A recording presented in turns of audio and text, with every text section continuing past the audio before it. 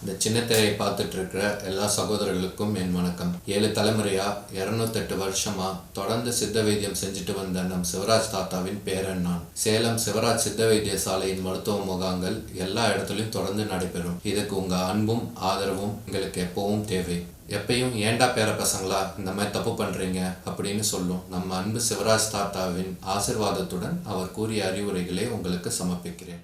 இன்று சின்ன திரையை பார்த்து கொண்டிருக்கும் எனது அருமை தமிழ்நாட்டில் உள்ள எனது சொந்தங்கள் யாவருக்கும் சேலம் சிவராஜ் சித்த வைத்தியசாலையின் நன்றியும் வணக்கத்தையும் தெரிவித்துக் கொள்கிறோம். சேலம் சிவராஜ் சித்த வைத்திய ஸ்தாபனம் 7 தலைமுறைகளாக தொடர்ந்து சித்த வைத்தியம் செய்து வரும் ஒரு பாரம்பரியமிக்க குடும்பம். 7 தலைமுறைகள் என்பது 1875ஆம் வருடம் முதல் ஆரம்பிக்கப்பட்ட சித்த வைத்திய ஸ்தாபனம். ஆங்கில மருத்துவம் இந்தியாவுக்குள்ளே வந்ததே 1925 தான் இந்தியாவுக்குள்ளேயே வந்தது. இந்த சித்த வைத்தியத்தை பொறுத்தவரையிலும் நான் என்ன சொல்கிறேன் அப்படின்னாக்கா, ஒவ்வொரு நாள் நிகழ்ச்சியிலையும் ஒவ்வொரு மாறுபட்ட கருத்துக்களை சொல்லி வந்திருக்கேன். ஆஸ்மாக்கு சொல்லியிருக்கேன், சக்கரை வியாதிக்கு சொல்லியிருக்கேன், குடல் புண்ணுக்கு சொல்லியிருக்கேன், மூல வியாதிக்கு சொல்லியிருக்கேன், மற்றும் சகல விதமான வியாதிக்கு மொத்தம் 64 வகையான வியாதிகளுக்கும் சொல்லியிருக்கேன். இன்னும் புது வியாதிகள் என்னென்ன வியாதிகள் நமக்கு வருதோ அத்தனை வியாதியை குணப்படுத்த மூலிகை ரகசியங்கள் நம்ம கையில் இருக்கிறதுனால தான் இந்த நிகழ்ச்சியை நாம் சொல்ல முடியுது. ஏன்னா 1875 ஆரம்பிக்கப்பட்ட இந்த பாரம்பரியமிக்க சித்த வைத்திய ஸ்தாபனத்தில் பார்த்திங்கனாக்கா இவ்வளவு மூலிகை ரகசியங்கள் தெரிஞ்சு வச்சுருக்கிற ஒரே ஒரு காரணத்தினால தான் இந்த வியாதிகளுக்கெல்லாம் சிகிச்சை பண்ணி அவங்கள குணப்படுத்தி அவங்கள மகிழ்ச்சி பண்ணி வந்துட்டுருக்கோம். அதனால தான் நான் பிறந்து வளர்ந்த என் தமிழ்நாட்டில் உள்ள எனது சொந்தங்கள் யாவருமே பார்த்திங்கனாக்கா இன்றைக்கி சேலம் சிவராஜ் சித்த வைத்தியசாலைக்கு கொடுத்துருக்கிற ஒத்துழைப்பும் ஊக்கமும் அவங்க எங்கள் மேலே வச்சுருக்க நம்பிக்கையும் பார்த்திங்கன்னா அபரிதமான அளவுக்கு வச்சுருக்காங்க. என்ன காரணம் அப்படின்னா, சிகிச்சை பண்ண வரவங்க, பாதிக்கப்பட்டு வரவங்க அவ்வளோ பேத்தையுமே குணப்படுத்தி அவங்க வாழ்க்கையை மகிழ்ச்சி பண்ணி அவங்கள சந்தோஷப்படுத்தி கொடுத்துக்கிட்டு வர ஒரே காரணத்தினால இவங்க என்ன பண்ணுறாங்க, இவங்களுக்கு குணம் கிடச்சி நல்ல முறையில் குழந்தை பாக்கியம் கிடச்சி பேரும் கிடச்ச உடனே அவங்க நண்பர்களுக்கெல்லாம் சொல்கிறாங்க. அந்த மாதிரி நண்பர்கள்ட்ட சொல்லும்போது 10 பேர் 100 பேராவது, 100 பேர் 1000 பேராவது, 1000 பேர் லட்சம் பேர் ஆகி தான் இன்றைக்கி இந்த சித்த வைத்திய ஸ்தாபனம் என் தமிழ்நாட்டு சொந்தங்கள் எங்களுக்கு கொடுத்த ஆதரவுனால தான் இன்றைக்கி இந்த அளவு பேரும் புகழோட இந்த சிவராஜ் சித்த வைத்திய ஸ்தாபனம் விளங்கி வந்துட்டுருக்கு. அதனால தான் இன்றைக்கி அதிகமான மனசு வருத்தப்பட்டு வேதனைப்பட்டு தான் இந்த நிகழ்ச்சியை நான் சொல்கிறேன். என்ன காரணம் அப்படின்னா, இன்றைக்கி நாடு போயிட்டு இருக்கிற போக்கை பார்த்திங்கன்னா அளவுக்கு அதிகமான மோசமான சூழ்நிலையை தாண்டி போயிட்டுருக்கு. ஏன்னா என்னுடைய கவலை இந்த சித்த வைத்தியத்தில் பாதிக்கப்படுறது மட்டும்தான் சொல்ல முடியுமே ஒழிய மற்ற எப்படி பாதிக்குது என்னங்கிறது நாடை பற்றி எனக்கு கவலை இல்லை. சித்த வைத்தியத்தில் என் தமிழ்நாட்டு சொந்தங்கள் எப்படியெல்லாம் சிகிச்சை பண்ணி வரலாம் அப்படிங்கிற விளக்கத்தை இந்த நிகழ்ச்சியில் சொல்கிறேன்.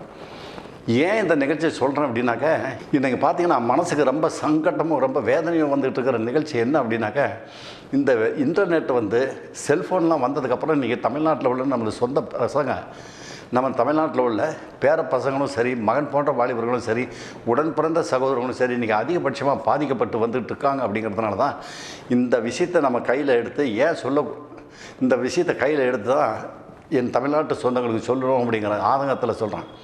ஏன்னா இன்றைக்கி பலகீனம் அப்படிங்கிறது பார்த்திங்கன்னா செக்ஸுக்கு ஒரு விழிப்புணர்வு இல்லாத அளவுக்கு இன்றைக்கி போய்கிட்டு இருக்கிற நாடு. பிரேக் பிடுங்கின வண்டி எப்படி போயிட்டுருக்கோ அந்த அளவுக்கு செக்ஸை பற்றி ஒரு விழிப்புணர்வு இல்லை. அப்படிங்கிறதுனால தான் இந்த நிகழ்ச்சியை நான் என் தமிழ்நாட்டு சொந்தங்களுக்கு சொல்லி வரணும் அப்படிங்கிற ஆதங்கத்தில் தான் இந்த நிகழ்ச்சி சொல்கிறேன். என்ன காரணம் அப்படின்னு பார்த்தீங்கன்னாக்கா, இன்றைக்கி தமிழ்நாட்டை பொறுத்தவரையிலும் அதிகபட்சமல்ல, தமிழ்நாடு மட்டுமல்ல, உலக நாடுகளில் எல்லா இடத்துலையுமே இந்த பாதிப்பு இருந்துக்கிட்டு தான் இருக்குது. உலக நாடுகளில் எல்லா நாட்டிலையுமே இந்த பாதிப்பு அதிகமாக இருந்துகிட்ருக்கு. செக்ஸை பற்றி விவரங்கள் விழிப்புணர்வு இல்லாத காரணத்தினால. நானும் 22 வருஷமாக என்னுடைய இதில் சொல்லிட்டு வந்திருக்கேன் இந்த பலகீனத்தை பற்றி. இன்றைக்கி அந்தளவு கூட திருந்தக்கூடிய அளவுக்கு இன்றைக்கி வரல. அதனால தான் இன்றைக்கி கஷ்டப்பட்டு இந்த வேதனைப்பட்டு வருத்தப்பட்டு இந்த நிகழ்ச்சியை சொல்லணும் அப்படிங்கிற ஆதங்கத்தை தான் இந்த நிகழ்ச்சியை சொல்கிறேன். புரியுதா உங்களுக்கு? தனி மனிதன் வெல்ல முடியாத ஒரே விஷயம் காமமும் கோபமும். தனி மனிதன் வெல்லவே முடியாது, அவனால் ஜெயிக்க முடியாத விஷயம் காமமும் கோபமும். அதனால தான் இன்றைக்கி தமிழ்நாட்டில் தினசரி செய்தித்தாள்களை எடுத்து பாருங்கள், கொலை என்னென்னலாம் நடக்குது பேர் சொல்ல நமக்கே கஷ்டமாக இருக்குது. அந்த அளவுக்குலாம் கணவன் மனைவிக்கும் பிரச்சனை உண்டாகி கணவன் மனைவியை கொள்றதும், மனைவி கணவனை கொள்றதும், காதலனோடு சேர்ந்து கொள்றதும் இன்றைக்கி பார்த்தீங்கன்னா அதிகபட்சமாக நடந்துகிட்டு இருக்குது. அப்படிங்கிறதுனால தான் இந்த நிகழ்ச்சி நான் சொல்லணும்னு சொல்கிறேன். என்ன காரணம் அப்படின்னா, அந்த செக்ஸு கண் மூடி கண் திறக்கிற நேரம் படுற சுகத்தில் அவங்க என்ன செய்ய போகிறோம், அடுத்தது என்ன செய்ய போகிறோம், இதில் ஜெயிச்சிருமா அப்படிங்கிற நினைப்பே இல்லாமல் அந்த தப்பை செஞ்சு வாழ்க்கையில் சின்ன பண்ணப்பட்டு வேதனைப்பட்டு வருத்தப்படக்கூடிய அளவுக்கு வந்துட்டு இருக்கிறதுனால தான் இந்த நிகழ்ச்சி நான் அதிகமாக சொல்ல வரேன். புரியுதா இல்லையா உங்களுக்கு? கண்ணே, டேய் பார்த்துட்ருக்கேன், உனக்கு புரியுதா இல்லையா சொல்லு. இல்லைன்னா இன்னும் விளக்கம் கூட தாத்தா சொல்கிறேன். இந்த விளக்கம் சொல்கிறதுக்கு தாத்தாக்கு கொஞ்சம் கூட கஷ்டப்பட மாட்டேன். நான் எல்லா விளக்கமும் நான் சொல்கிறேன். புரியுதா?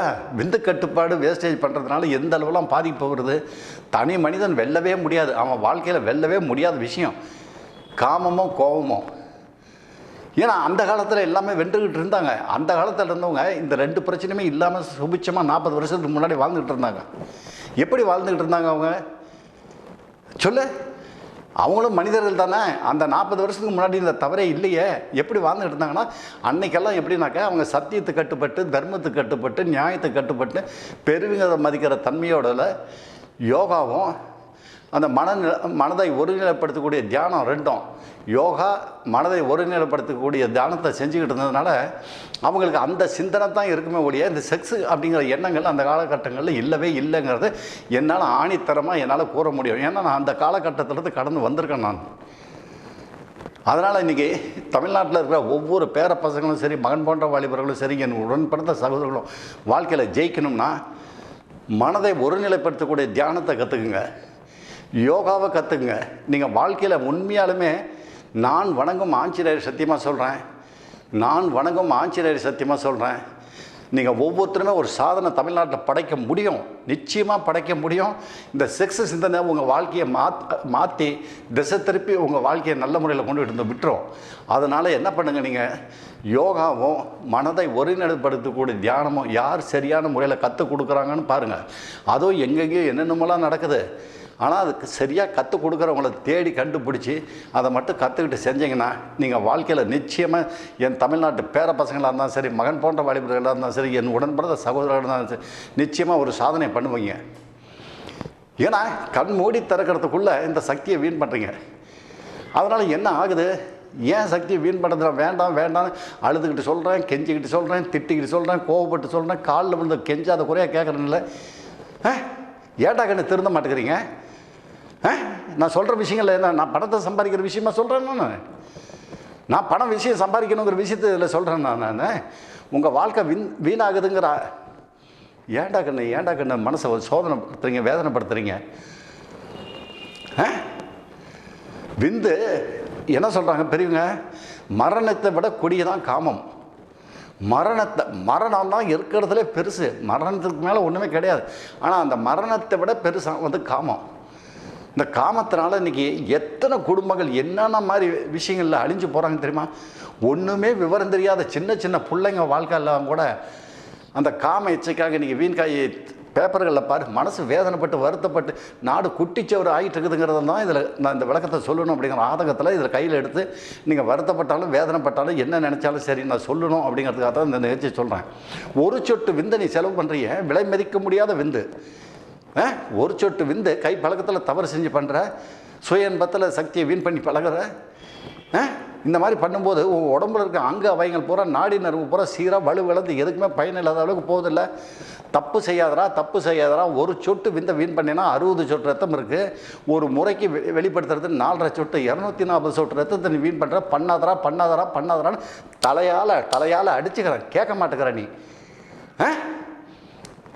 நான் இதை சொல்லணுமா உனக்கு? விந்த வீண் பண்ணாதரான்னு சொல்கிறது நான் சொல்லணுமா உனக்கு? உனக்கே அறிவில்லை. என் தமிழ்நாட்டு பேர பசங்க மாதிரி உலக நாடுகளில் எங்கேயுமே எந்த நாட்டில் எங்கே போய் பார்த்தீங்கன்னாலும் என் தமிழ்நாட்டு பேர பசங்க மாதிரி ஆளுகளை பார்க்கவே முடியாது. அந்த மாதிரி ஒவ்வொருத்தரையும் பாரு, அற்புதமான உயரத்தில் இருப்பாங்க. உடல் நிலப்பாரு சும்மா அப்படி அற்புதமாக பார்க்கும்போதே கண்கொள்ளா காட்சியாக இருக்கும் ஒவ்வொருத்தனையும். அங்கே வைங்கலாம் ஆண்டவன் ஏதாவது குறை கொடுத்துருக்கானா சொல்லு. ஆண்டவன் படைக்கும்போது உனக்கு எல்லாத்தையுமே கொடுத்து, விந்து கட்டுப்பாட்டையும் கொடுத்து, உனக்கு பேர் சொல்ல பிள்ளையும் கொடுத்து, எல்லாம் நடவுட பாவனை ஓடி ஆடி வேறு தெம்பு உற்சாகம் எல்லாத்தையும் கொடுத்து, அங்கே அவங்கள குறமில்லாத கொடுத்துருக்குற உன்னை அப்பா ஆயா சம்பாரித்த சொத்தை நீ எப்போ வேணுமாலும் அடிக்கலாம், எப்போ வேணுமாலும் சம்பாதிக்கலாம், சம்பாதிக்காமல் கூட விட்டுறலாம், அது பிரச்சனையே கிடையாது. அப்பா ஆயா சம்பாரித்த சொத்தை நீ எப்போ வேணுமாலும் சம்பாதிக்கலாம், அழிக்கலாம், என்ன வேணுமாலும் பண்ணலாம், சம்பாதிக்காமே விட்டு நீ எப்படி வேணுமாலும் போகலாம், அதை பற்றி பிரச்சனையே கிடையாது. படுபாவிங்க ஆண்டவன் கொடுத்த சொத்துரா இது, ஆண்டவன் கொடுக்குற சொத்து. ஆண்டவன் கொடுக்குற சொத்து எப்படி கொடுத்துருக்காரு? உனக்கு 13 வயசில் விந்த உற்பத்தி பண்ணி 25 வயசு வரணும் சேர்த்து வச்சுக்க. அந்த 25 வயசு வரணும் சேர்த்து வச்சுக்கிட்ட விந்த வந்து 35 வயசு, 45 வயசு, 55 வயசு, 65 வயசு வரணும் செலவு செஞ்சுக்கிட்டு 50-55 வயசுக்கு மேலே மனைவி ஒரே ஒரு முறை இல்லைன்னு கேட்டால் கூட அனுபவித்து அந்த பெண்ணை திருப்திப்படுத்தி சந்தோஷமாக வாழுங்காலம் பூரா நல்ல மகிழ்ச்சியாக இருக்கக்கூடிய அளவுக்கு கொடுத்துருக்குற விந்து கட்டுப்பாட்டை படுபாவிங்க நண்பன் சொன்னாங்கிறான், கேர்ள் ஃப்ரெண்டு சொன்னாங்கிறான், இவன் சொன்னான், இந்த புத்தகத்தை படித்தேன், இந்த டிவியில் இதை பார்த்தேன், ஆபாசமான படத்தை பார்த்தேன், அதனால் பாதிச்சு எடுத்தாத்தானே வரைய. இன்றைக்கி இவ்வளோ பாதிப்பு பண்ணி வந்திருக்கிய, உனக்கு நடவுட பாவனை முதல் சரி இருக்கா? யோசனை பண்ணி பார், சொல்லு. நடவுட பாவனை உனக்கு இருக்கா பார். உன் உடம்பை கூட உன்னால் பார்த்துக்க முடியல, நீ அங்கேருந்து நடந்து வரும்போது தள்ளாடி வர. மனசில் அந்த அளவு பயம் பதட்டம் வந்துருச்சு. ஏன்னா விந்த செலவு செய்கிற, 1 வருஷம் செலவு செய்கிற, 2 வருஷம் செலவு செய்கிற, 3 வருஷம் செலவு செய்ய. உன்னை யார் வேண்டாங்கிற? நானா வேண்டான்னு சொல்கிறேன். செஞ்சுக்க, என்னமோ பண்ணிட்டு போ. ஆனால் எவ்வளோ பாதிக்குதுங்கிறது சொல்கிறேன். ஏன்டா மண்டையில் அறிவை ஏற்றுக்க மாட்டேங்கிறீங்க? மண்டையில் ஏற்றிக்கவே மாட்டேங்க இது அறிவை. தாத்தா சொல்கிறத உனக்காக தான் இவ்வளோ நேரம் கத்தி பேசிகிட்டு இருக்கிறேன், இவ்வளோ விஷயத்த சொல்லிக்கிட்டு இருக்கிறேன். ஒரு சொட்டு விந்த வீண் பண்ணினா உன் வாழ்க்கை வீணுடா.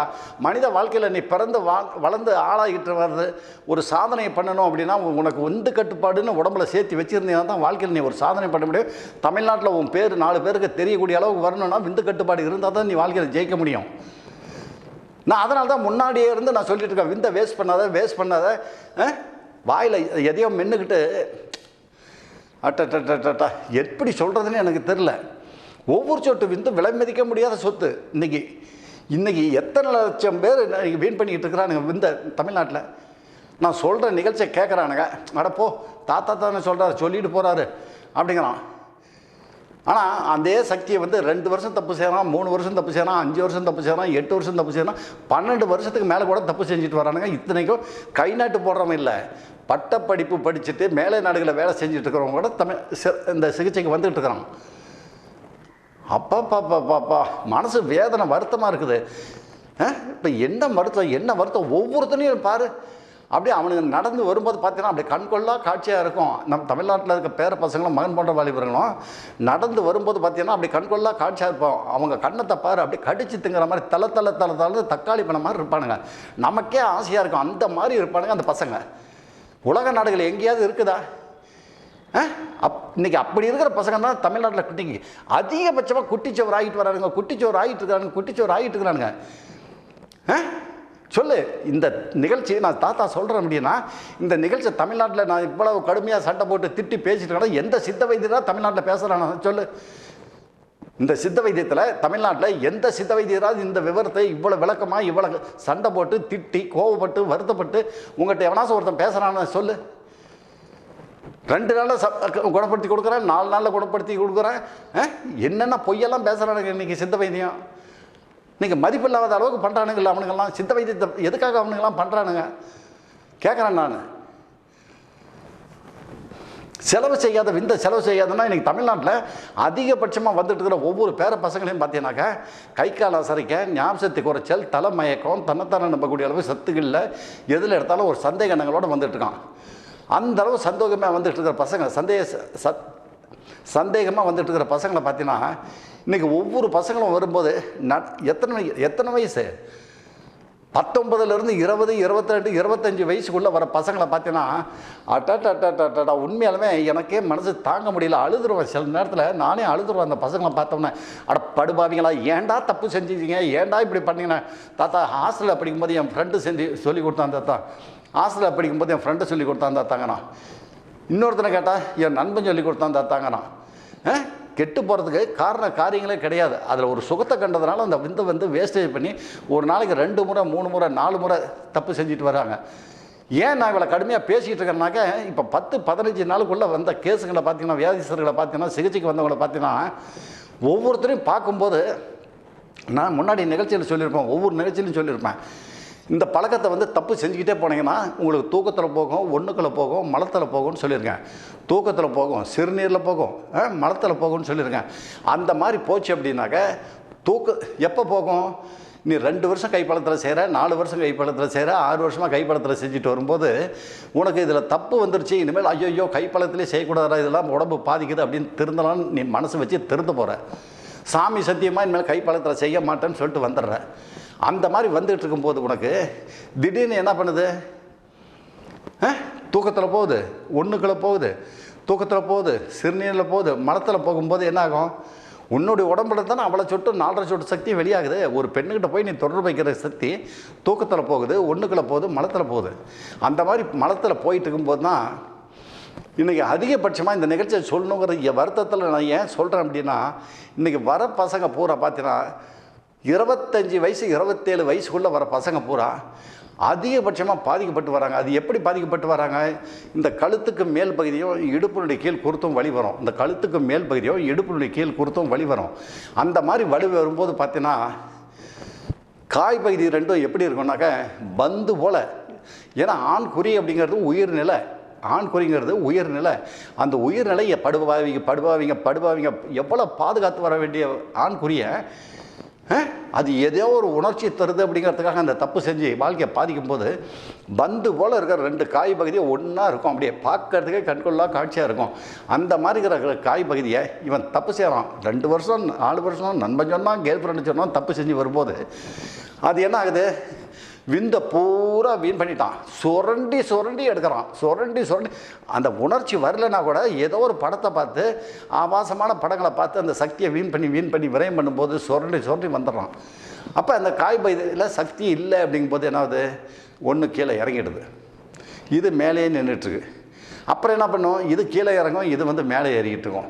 இது வந்து ஒவ்வொரு தமிழ்நாட்டில் உள்ள பேர பசங்களுக்கும் மகன் போன்ற வாலிபர்களுக்கும் இப்போ நடந்துக்கிட்டு இருக்கிற நிகழ்ச்சியை தான் நான் இதில் சொல்கிறேன். இதில் தப்போ பொய்யோ மாற்று கருத்துக்களோ எதுவுமே கிடையாது. ஏன்னா நீங்கள் அந்த மாதிரி வந்துட்டுருக்காங்க. நீங்கள் எந்த பசங்களை பார்த்தீங்கன்னாலும் காய் பகுதி தொங்கக்கூடிய அளவுக்கு தான் இன்றைக்கி இருக்காங்களே ஒரே ஒரு பந்து மாதிரி இருக்கக்கூடிய பசங்க எவனுமே இன்றைக்கி அதிகமாக இல்லை. அவ்வளோ வருத்தமாக இருக்குது, வேதனையாக இருக்குது. சிகிச்சைக்கு வந்தவங்க 10-15 நாளுக்குள்ளே பார்க்கும்போது பார்த்தீங்கன்னா அந்த பசங்க வரும்போது ஏன்டா கண்ணு இந்த மாதிரி தப்பு செய்கிறீங்க, இந்த மாதிரி தப்பு செய்யக்கூடாதுன்னா அவன் என்ன சொல்கிறான்? அட போத்தாத்தா, நான் தப்பு செய்கிறேன்னு நீ பொருளுக்கு சொல்லிக்கிட்டே இருக்கிற. முன்னாடி நான் தப்பு செஞ்சேன், ஒத்துக்கிறேன். நான் தப்பு செய்யலைன்னு நான் சொல்லலை. ஏன்னா அன்றைக்கி அந்த ஒரு பையன் இதிலேருந்து வந்துடுறான். என்ன ஊர்? அசாமில் எங்கேயோ வேலை செஞ்சிட்ருக்கான் போட்டுருக்கு. அவன் பெரிய இன்ஜினியராக அங்கே வேலை செஞ்சிட்ருக்கான், பெரிய போஸ்ட்டை பதவியில் இருக்கிறான். அவன் சிகிச்சைக்கு வந்திருக்கான். அவன் வந்துகிட்டு இருக்கும்போது இந்த மாதிரி தான் சொல்லிகிட்டு இருக்கும்போது ஏன்டா கண்ணு இந்த மாதிரி தப்பு செய்கிறேன், ஏன்டா இது மாதிரி பண்ணுறேன் அப்படின்னா, தாத்தா நான் திருந்தியே 6 வருஷம் ஆச்சு தாத்தா, கைப்பழக்கத்தில் செய்கிறது பாதிக்குது அப்படின்னு சொல்லி நான் திருந்தி 6 வருஷம் ஆச்சு. இப்போ எங்கள் அப்பா அம்மா மேரேஜ் பண்ணலான்னு இருக்கிறாங்க, அதுக்காக தான் உங்களை காட்டிட்டு போகலான்னு வந்தேன் அப்படின்னா. அட படுபாவி ஏன்டா வந்தேன்? இங்கே வராமையே போய் தொலைஞ்சிருக்கலாமே. எதுக்கு வந்தேன்? நான் இல்லை தான் நான் கல்யாணம் பண்ண போகிறேன், அந்த பெண்ணை திருப்திப்படுத்த முடியாதா அப்படின்னு என்கிட்ட கேட்குறான். அதுக்கு நான் சொன்னேன், ஏன்டா நீ உட்கார்ந்துருக்கிற நிலைமை, உன் முகத்தினுடைய இது பாதிப்பு பார்த்தாலே தெரியுது, நீ இல்லைன்றதுக்கு தகுதி இல்லை, நீ மனசனாக வாழ்கிறதுக்கு தகுதி இல்லை, நீ எப்படா வெக்கங்கிட்டு மேரேஜ் பண்ண போகிற, ஏன்டா படுபாவி ஒரு பெண்ணுடைய வாழ்க்கையை வீண் பண்ணுற அப்படின்னா. எதை வச்சு சொல்கிறீங்க அப்படின்னா, இப்போ வந்து உனக்கு ஏதோ தெரிஞ்ச பொண்ணோ அல்லது வேறு ஏதோ ஒரு பொண்ணு உன் பக்கத்தில் வந்து உட்காந்து உன் ஆண்குறியை தொடுதுன்னு வச்சுக்க. ஆண்குறியை தொட்டதுன்னா உன் ஆண்குறி ரப்பர் துண்டு மாதிரி இருக்கும்.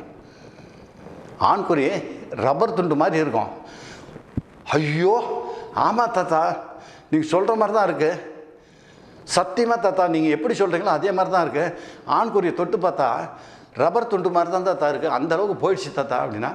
இந்த நிலைமையிலே படுபாவி திருமணத்துக்கு போகிற கேட்குறான். என்னடா படிப்பு படிச்சிருக்கிற, படித்து என்னடா பிரயோஜனம் சொல்ல?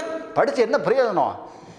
உன் ஆண்குறி ஒரு பெண்ணு தொட்டாலும் சரி, நீ தொட்டாலும் சரி, ரப்பர் துண்டு மாதிரி ஆகிப்போச்சு அப்படின்னா அதில் போய் திருமணம் பண்ணி அந்த பெண்ணை சந்தோஷப்படுத்தி உனக்கு பேர் சொல்ல பிள்ளையை கொடுக்க முடியுமா? உனக்கு விந்தே உன் உடம்புல இல்லையே அப்படின்னு சொன்னோன்னா அதுக்கு சொல்கிறான் அந்த பையன், தாத்தா முன்னாடி தப்பு பண்ணிகிட்டு இருந்தேன், இப்போ என்ன பண்ணிட்டு இருந்தீங்களா? கைப்பழக்கத்தில் தவறு செய்கிறேன், கைப்பழக்கத்தில் தவறு செய்யலைன்னு நான் சொல்லவே இல்லை. கைப்பழக்கத்தில் தினசரி செய்கிறேன், ஒரு நாளைக்கு 2 முறை 3 முறை கூட தான் செய்வேன் அப்படின்னா. ஏன்டா அது செஞ்சாக்கா பாதிப்பு தான்டா, ஏன்டா அந்த மாதிரி செய்கிற, இவ்வளவு திருந்தி வந்துட்டேன், சாமி சத்தியமாக தப்பு செய்யல தாத்தானுங்கிற. இப்போ கைப்பழக்கத்தில் மட்டும் ஒரு நாளைக்கு 3 முறை கூட செய்கிறேன்னு சொல்லிட்டு வெக்கமாக இருக்காது, இதாக இருக்காதுடா உனக்கு, ஏன்டா இந்த மாதிரி பண்ணுற அப்படின்னா. தாத்தா நான் கேட்குறேன், நீங்கள் என் மேலே கோவிச்சுக்காதீங்க, உங்களுக்கு என்ன வயசாச்சு? உங்களுக்கு இவ்வளோ வயசாகி இவ்வளோ அனுபவம் இருக்குது இல்லை, கைப்பழக்கத்தில் செய்கிறேன்னு நான் சொன்ன உடனே நீங்களும் ஏமாந்து போய் ஏன்டா அது செய்கிற அப்படின்னு எனக்கு திட்டுறீங்கல்ல. நீங்கள் ஒன்று புரிஞ்சுக்குங்க, நான் எவ்வளோ படிப்பு படிச்சிருக்கேன்னு உங்களுக்கு தெரியுமா? அவ்வளோ 2-3 டிகிரி வாங்கியிருக்கேன் நான். அந்த மாதிரி இருக்கிறவன் அந்த விந்து கைப்பழக்கத்தில் செய்யும்போது அந்த விந்தை வீண் பண்ணுறதுக்கு விடுவேனா தாத்தா நான்? நீங்களும் தான் விவரம் தெரியாமல் அறிவு இல்லாமல் பேசுகிறீங்களே என்கிட்ட. ஒரு சொட்டு விந்தை கூட நான் வீண் பண்ண மாட்டேன் தெரியுங்களா உங்களுக்கு? ஏடா கைப்பழக்கத்தில் செய்வங்கிற, அப்புறமேல விந்தை வீண் பண்ண மாட்டேன்னு சொல்லிட்டு கைப்பழக்கத்தில் செஞ்சால் விந்து வெளியே தான் ஆகுனேன். அதுதான் தாத்தா இல்லை, அதுதான் தாத்தா என்கிட்ட இல்லை.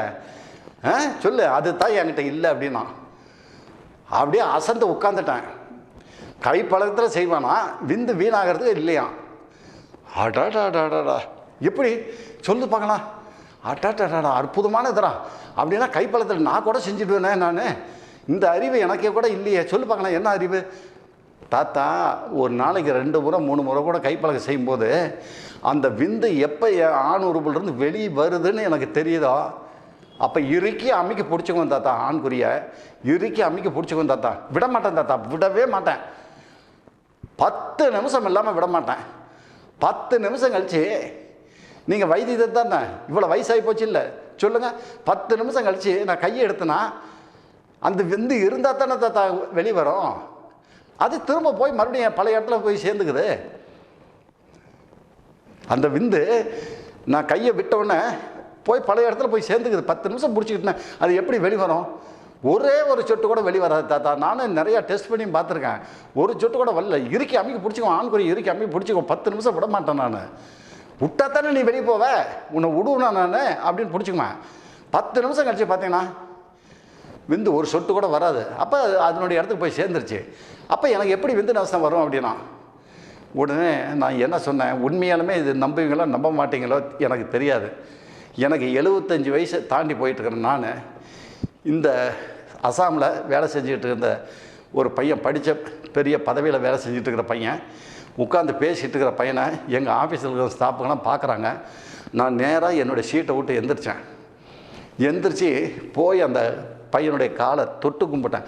தாத்தா தாத்தா நீங்கள் கும்பிட்றீங்க அப்படின்னா, இல்லைடா நீ சொன்ன விஷயங்கள் உண்மையாலுமே என் வாழ்க்கையில் இதுவரையிலும் நான் கேட்காத விஷயத்தை இந்த காதில் கேட்க வச்சுருக்கிறேன். இதுவரையிலும் நான் இந்த மாதிரி கேட்காத விஷயத்தை என் காதில் கேட்க வச்சுருக்கிறேன். விந்து வெளிவராமல் இருக்கிறதுக்காக 10 நிமிஷம் அமைக்க பிடிச்சிக்குவேன், அப்புறம் விட்டால் அது தன்னால் போயிடும். அப்போ எனக்கு எப்படி தாத்தா பாதிப்பு வரும் நீ கேட்ட இந்த நிகழ்ச்சி பெரிய ஆராய்ச்சிக்கு உண்டான விஷயண்டா, பெரிய ஆராய்ச்சிக்கு உண்டான விஷயண்டா அப்படின்னு தொட்டு காலை கும்பிட்டுட்டு அதே சமயத்தில் இன்னொன்று சொன்னேன். இப்போ நீ நிச்சயம் பண்ண போகிற பொண்ணு இருக்கு இல்லையா, அந்த நிச்சயம் பண்ண போகிற பொண்ணை நீ ஊருக்கு போனேன்னா தாத்தா சொன்னாங்க அப்படின்னு சொல்லிட்டு அந்த பிள்ளை தற்கொலை பண்ணிக்க சொல்லிட்டா, தற்கொலை பண்ணிக்க சொல்லிவிடு. தாத்தா இப்படி சொல்கிறீங்க, தாத்தா இப்படி சொல்கிறீங்கன்னா, டேய் நீ ஒரு முறை கூட அந்த பெண்ணுக்கிட்ட இல்லறம்பத்தியில் ஈடுபட முடியாதுடா உனக்கு அப்படின்னு சொல்லிவிட்டு எங்கள் மேனேஜரை கூப்பிட்டேன். தம்பியை கொஞ்சம் கையை பிடிச்சி கூட்டிகிட்டு போய் வெளியே விட்டுருங்க அப்படின்னேன். உடனே அழுக ஆரம்பித்தான். ஏப்பா அழுகிற அப்படின்னேன். தாத்தா உங்களோட ட்ரீட்மெண்ட்டுக்கு தான் நான் அதை அசாமில் இருந்து லீவ் போட்டு வந்திருக்கேன் அப்படின்னா. கண்ணு உனக்கு சிகிச்சையே பண்ண முடியாதுடா, உனக்கு சிகிச்சையே பண்ண முடியாதுடா, அதனால தான் தாத்தா உங்கள் பாதத்தை தொட்டு வணங்கினேன் போடா அப்படின்னா. எவ்வளவோ எங்கள் மேனேஜர்லாம் சொன்னாங்க, நீ வந்து வெளியே உட்காரு அப்புறம் பேசிக்கலாம் அப்படின்ட்டு வெளியே கூட்டிகிட்டு போய் உட்கார வச்சு வெளியே இருந்து அப்படியே அனுப்ப சொல்லிட்டேன் நான். இன்றைக்கி அந்த மாதிரி தான் கண்ணு வேண்டாண்டா சாமி, தாமி வேண்டாண்டா. பேர பசங்களாக இருந்தாலும் சரி, மகன் போன்ற வாலிபர்களாக இருந்தாலும் சரி, நீங்கள்லாம் சாதனை படைக்கக்கூடியவங்க. தமிழ்நாட்டில் பெரிய பெரிய சாதனைகள்லாம் பண்ணுவோம், சாதனையை பண்ணக்கூடிய அளவுங்களுக்கு வரலாம். நீங்கள்லாம் வருங்காலத்தில் உங்களுடைய சாதனைகள்லாம் தமிழ்நாட்டுக்கு எவ்வளவோ பயனுள்ளதாக இருக்குண்டா கண்ணு. தப்பு மட்டும் செய்யாதீங்கடா, அந்த விந்தை மட்டும் வீண் பண்ணாதீங்கடா, கை பழக்கத்தில் செய்யாதீங்கடா, தவறான பெண்ணுக்கிட்ட போகாதீங்கடா, தன்னோட வயசில் மூத்த பெண்ணுக்கிட்ட போகாதீங்கடா, தூக்கத்தில் வெளிப்படுத்தாதீங்க, ஒன்றுக்குள்ள வெளிப்படுத்தாதீங்க, மலத்தில் வெளிப்படுத்தாதீங்கடா. விலமதிக்க முடியாத சொத்துரா கண்ணு. இன்றைக்கி 2 காய் பகுதியும் இப்படி இருக்குது அப்படின்னா, ஆண்குறி இப்படி நிலத்தை பார்த்து தொங்கிடுச்சின்னு வச்சுக்க. நிலத்தை பார்த்து தொங்கிடுச்சுன்னா உன் சொத்து பத்து நீ எவ்வளோ வச்சுருந்தாலும் சரி, எத்தனை கோடி வச்சுருந்தாலும் சரி, உனக்கு தங்கமான மனைவி அமைஞ்சிருந்தாலும் சரி, எதுக்குமே நீ மனைவிக்கு ஏற்ற புருஷனாகவே இருக்க முடியாது. அந்த மாதிரி ஆண்குறி தொங்கிடுச்சுன்னா உன் மனைவிக்கு ஏற்ற புருஷனாகவே உன்னால் இருக்க முடியாது. அந்த மாதிரி தொங்கி போச்சு அப்படின்னா உன்னுடைய கதை முடிஞ்சு போச்சு. உன்னுடைய கதை முடிஞ்சு போச்சு. நீ மனிதனாக வாழ்கிறதுக்கு தகுதி இல்லை. அப்படி தான் இன்றைக்கி 25 வயசு, 28 வயசு, 29 வயசுக்குள்ளே பார்த்தீங்கன்னா இன்றைக்கி சிகிச்சைக்கு வரவங்க பூரா அதிகபட்சமாக இந்த மாதிரி தான் வந்துட்டுருக்காங்க. அதனால தான் நான் இன்றைக்கி சிகிச்சைக்கு வரவங்கள பார்த்தேன்னாவே எனக்கு ஒரு ஆளை பார்க்கும்போதே அவன் எப்படி இருக்கானா, என்ன மாதிரி இருக்கான்னு எனக்கு தெரியும். அதனால் நான் சிகிச்சை பண்ண மாட்டேன், நீ எங்கே வேணுமாலும் போய் பண்ணிக்க அப்படின்னு சொல்லி நான் திரும்ப அனுப்பிச்சிடுறது. இன்றைக்கி அதிகபட்சமாக இன்றைக்கி இந்த சின்ன திரையை பார்த்துட்ருக்கிற என் பேர பசங்களுக்கும் சரி, மகன் போன்ற வாலிபர்களுக்கும் சரி, தாத்தா அழுத்தம் திருத்தமாக கடைசியாக ஒரு வார்த்தையை சொல்கிறேன், கவனமாக கேட்டுங்க. நீங்கள் சின்ன வயசு 22 வயசுலேருந்து தப்பு செஞ்சுட்டு வந்திருந்தாலும் சரி, நீங்கள் சிகிச்சைக்கு வரும்போது உங்களுடைய உடல்நிலையை தாத்தா பார்க்கும்போதே நீ எப்படி இருக்கிற, என்ன மாதிரி இருக்கிற அப்படின்னு எனக்கு தெரியும். உன்னுடைய ஆண்குறி 2 காய் பகுதி இப்படி இருக்கும்போது கீழே தொங்கிடுச்சுன்னு வச்சுக்க, அந்த மாதிரி ஸ்டேஜில் தான் நீங்கள் அதிகபட்சமாக வந்துட்டுருக்காங்க எல்லா இடத்துலையும். அந்த மாதிரி வந்துட்டுருக்கிறவங்கள பார்த்தா நான் சிகிச்சை பண்ண மாட்டேன், என்னால் சிகிச்சை பண்ண முடியாது, அவங்கள குணப்படுத்த முடியாது அப்படிங்கிறத ஆணித்தரமாக நான் வணக்கம் ஆஞ்சநேயர் சத்தியமாக இந்த நேரத்தில் சொல்லிக்கிறேன்.